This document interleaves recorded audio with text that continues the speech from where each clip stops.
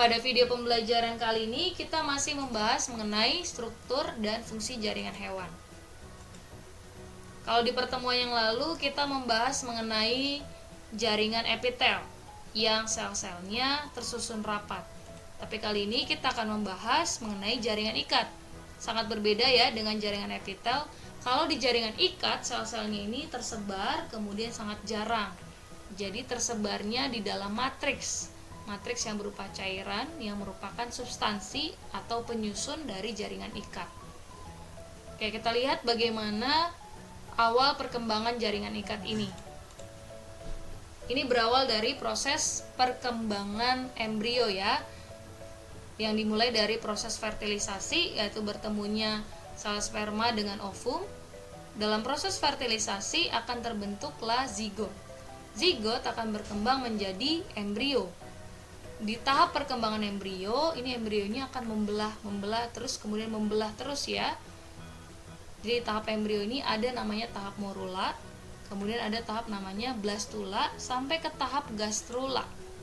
Pada tahap gastrula ini terbentuklah beberapa lapisan. Salah satunya ada lapisan mesoderm. Ini lapisan tengah. Di lapisan mesoderm ini terdapat sel-sel mesenkim atau jaringan mesenkim. Nah, jaringan mesenkim inilah atau sel-sel mesenkim inilah yang akan membentuk menjadi jaringan ikat.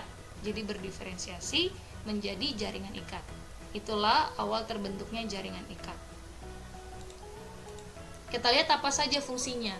Fungsinya, ini kalau kita lihat fungsi utamanya itu berarti untuk mengikat sesuai dengan namanya, untuk menyokong antara satu jaringan dengan jaringan yang lain. Tapi fungsi lainnya kita bisa perhatikan ya. Yang ini mengikat, menyokong, dan menyambung antar jaringan, termasuk fungsi utamanya. Salah satu contohnya adalah tendon. Ini hubungan antara otot dengan tulang, atau ligamen antara tulang dengan tulang. Lalu ada sel jaringan lemak nih untuk menyimpan energi. Ini ada di bawah kulit ya, lapisan kulit. Lalu ada sel leukosit termasuk juga ke dalam jaringan ikat ini, tipe jaringan ikat cair. Jadi ada darah sama ada limfa nanti.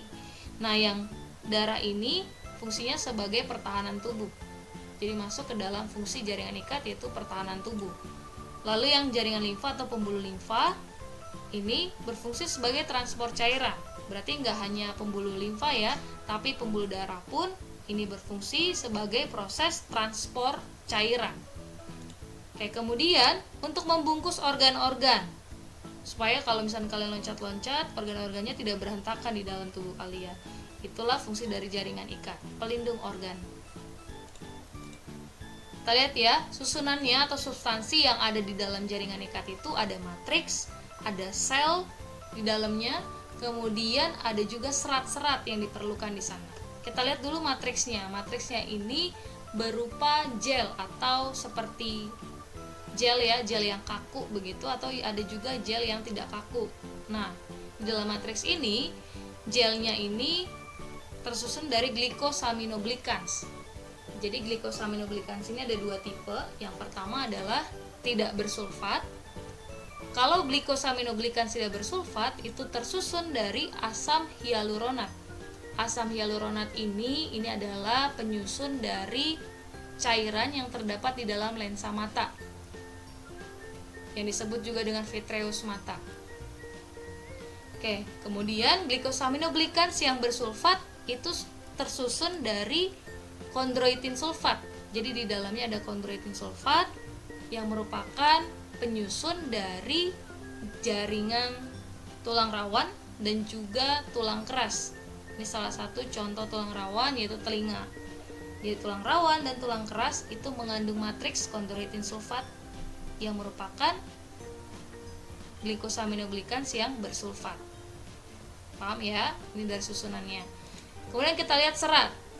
Seratnya ada 3 jenis di sini. Jadi seratnya itu ada kolagen, ada retikular, kemudian ada elastik. Yang kolagen ini tersusun dari protein kolagen, jadi mudah menghafalnya. Serat kolagen tersusun dari protein kolagen. Sifatnya itu tidak elastis dan tidak mudah robek. Jadi walaupun tidak elastis tapi tidak mudah robek juga. Kemudian kalau yang retikular ini tersusun dari kolagen juga. Walaupun namanya serat retikular, tersusun dari kolagen, tapi di sini sedikit elastis. Jadi kalau kita bandingkan keelastisannya, yang retikular lebih elastis dibandingkan yang kolagen. Oke, kemudian ada serat elastik. Sesuai dengan namanya, sifatnya sangat elastis dan juga mudah direntangkan. Susunannya terdiri dari protein elastin albuminoid. Nah, kita lihat contoh-contohnya ya.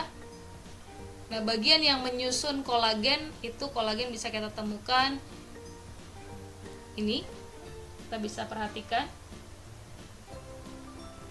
pada tendon. Nah, ini sama seperti yang tadi di gambar yang pertama. Itu pada tendon, yaitu antara otot dan tulang. Itu terdapat banyak kolagen. Kemudian di ligamen juga, di kulit juga ada. Itu ya, retikular. Retikular ini kita bisa temukan di serat-serat otot juga sama nih. Di serat-serat otot ada, di serat saraf juga ada, di sel lemak, dan masih banyak lagi lainnya. Kemudian elastik kita bisa temukan di bagian selaput tulang rawan laring, pada laring. Tulang rawan yang terdapat di pada laring. Nah, ini ada elastiknya. Oke.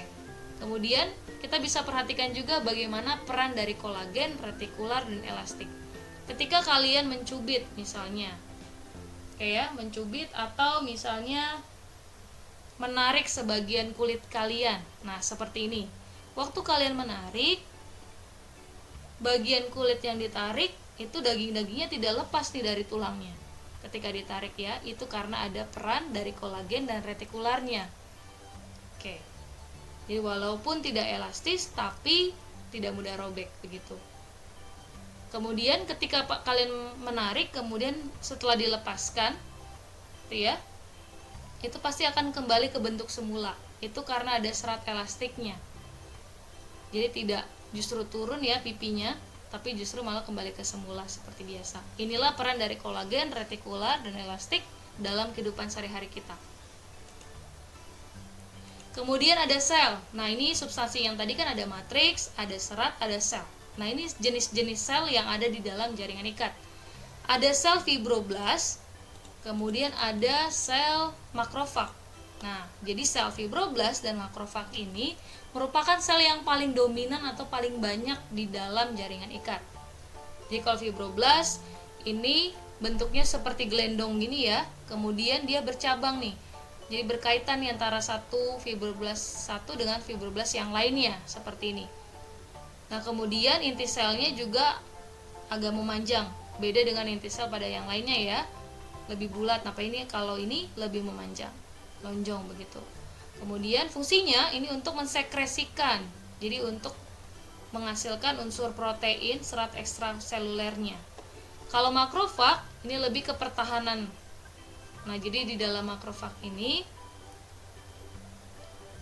fungsinya adalah untuk menelan bakteri, kemudian serpihan-serpihan sel-sel mati melalui fagositosis dengan cara menelan, begitu ya. Ini disebut kata sel ameboid karena bentuknya berubah-ubah dan tidak beraturan. Itulah sel fibroblast dan makrofag. Jadi yang satu untuk mensekresikan unsur protein, yang satu lagi adalah untuk pertahanan tubuh, yaitu dengan cara menelan bakteri dan serpihan mati. Kemudian ada sel tiang. Nah, ini kalau diperbesar ya, jadinya seperti ini. Sel tiang ini menghasilkan zat antikoagulan, yaitu heparin dan histamin. Yang heparin berfungsi dalam proses pembekuan darah, membantu trombosit. Kemudian histamin ini untuk permeabilitas pembuluh darah kecil. Selanjutnya ada sel lemak, sesuai dengan namanya. Ini sel lemak ini sangat sedikit sitoplasmanya, kemudian intinya berbentuk pipih pada salah satu sudutnya. Jadi sel lemak ini merupakan penyusun dari jaringan ikat lemak atau jaringan adiposa. Itu jaringan lemak. Lalu ada sel pigmen. Sesuai dengan namanya ya, sel pigmen ini itu adalah mengandung pigmen melanin. Itu yang terdapat di sel melanositnya. Oke, jadi melanin ini berfungsi untuk menyerap cahaya. Jadi kita bisa temukan sel pigmen ini pada kulit, kemudian lapisan koroid pada mata. Selanjutnya ada di bagian membran halus yang membungkus otak. Lalu ada sel plasma. Jadi sel plasma ini tidak terlalu banyak ditemukan pada jaringan ikat, tapi ada. Jadi sel plasma ini mirip dengan limfosit. Jadi fungsinya adalah untuk pertahanan tubuh juga, yaitu menghasilkan antibodi. Leukosit, jadi leukosit ini sel darah putih, kita tahu ya, fungsinya adalah untuk pertahanan juga, pertahanan tubuh, membentuk antibodi juga. Nah, ini melakukan gerakan ameboid, yaitu gerakan yang tidak beraturan. Jadi bentuknya tidak beraturan. Ini merupakan jenis-jenis dari leukosit. Ada eosinofil, monosit, limfosit, neutrofil, dan basofil. Jadi penjelasan mengenai bagian darah ini, yaitu pada leukosit ini, akan dibahas nanti pada bab yang lain, yaitu mengenai peredaran darah. Kemudian ada sel mesenkim. Nah, sel mesenkim ini kita temukan pada lapisan mesoderm dalam tahap gastrulasi tadi, ya, yang di awal sekali. Nah, sel mesenkim ini bisa berdiferensiasi menjadi jaringan lain. Salah satunya adalah menjadi sel otot polos pada pembuluh darah yang sudah rusak. Oke, itu dia. Kita bisa lihat lagi ya. Kalau ini adalah jaringan ikat. Jaringan ikat tadi di dalamnya itu sel-selnya tersebar di dalam matriks ekstraselulernya. Ya, kita lihat. Ini ada serat retikular. Tadi serat retikular sifatnya seperti apa? Sedikit elastis. Kemudian ada sel melanosit. Ini yang berperan dalam proses untuk menyerap cahaya ya, memberi warna pada kulit. Kemudian makrofag yang fungsinya untuk pertahanan tubuh, yang merupakan paling banyak selnya di dalam jaringan ikat ini. Lalu ada sel darah putih, pertahanan tubuh juga. Kemudian sel darah merah, kita tahu ini untuk mengedarkan oksigen. Lalu ada sel lemak di sini. Sel lemaknya adalah berfungsi untuk menyimpan lemak sebagai bahan cadangan makanannya. Kemudian ada sel mas atau biasa disebut juga sel tiang. Nah, sel tiang ini tadi ada heparin dan histamin. Lalu ada serat elastik. Jadi bisa dibedakan ya antara serat retikular dengan serat elastik ini. Yang serat elastik sifatnya elastik tadi ya, elastis. Kemudian serat kolagen, ini lebih tebal. Di serat kolagen sifatnya tidak elastis dan tidak mudah robek. Lalu ada fibroblast. Tadi ini fibroblast yang berbentuk seperti gelendong ini, kemudian inti sel yang memanjang, agak lonjong, lalu bercabang seperti ini. Nah, fibroblast kita tahu untuk mensekresikan protein, unsur-unsur protein. Ini dia jenis-jenis jaringan ikat. Kalau tadi kita bicara mengenai apa sih isi dari jaringan ikat, ada matriks, ada sel, lalu ada serat-serat gitu ya. Jenis-jenis jaringan ikat itu ada banyak.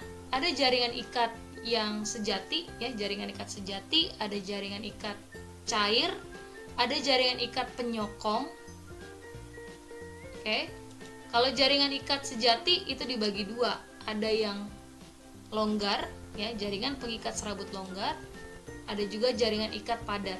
Jadi kalau kita lihat susunannya, jaringan ikat sejati ada yang longgar, ada yang padat.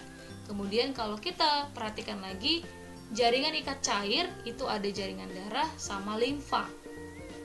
Oke, itu pembagiannya. Kemudian jaringan ikat penyokong, berarti ini berkaitan sama tulang ya. Ada jaringan tulang rawan, kemudian ada jaringan tulang keras. Lalu jaringan lemak ini, jaringan adiposa, ini terdapat di dalam jaringan ikat serabut longgar. Oke, diulang ya.